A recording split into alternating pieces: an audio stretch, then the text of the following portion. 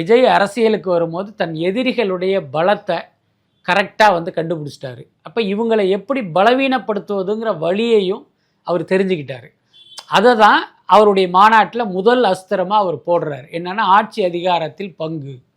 அன்னைக்கு பார்த்தீங்கன்னா அது ஒரு காமெடியாக தெரிஞ்சிருக்கு. என்னடா அது விவரம் தெரியாமல் பேசிகிட்டு இருக்காரு, யாராவது தன்னுடைய அதிகாரத்தை போய் பகிர்ந்து கொடுப்பாங்களா அப்படின்லாம் நினச்சவங்கள்லாம் உண்டு.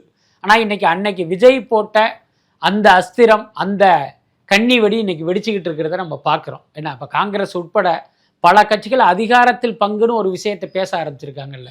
என்ன இப்போ உங்கள் அனுபவத்தில் சொல்லுங்கள், எந்த தேர்தலிலாவது அதிகாரத்தில் பங்கு கொடுன்னு எந்த கட்சியாவது கேட்டாங்களா?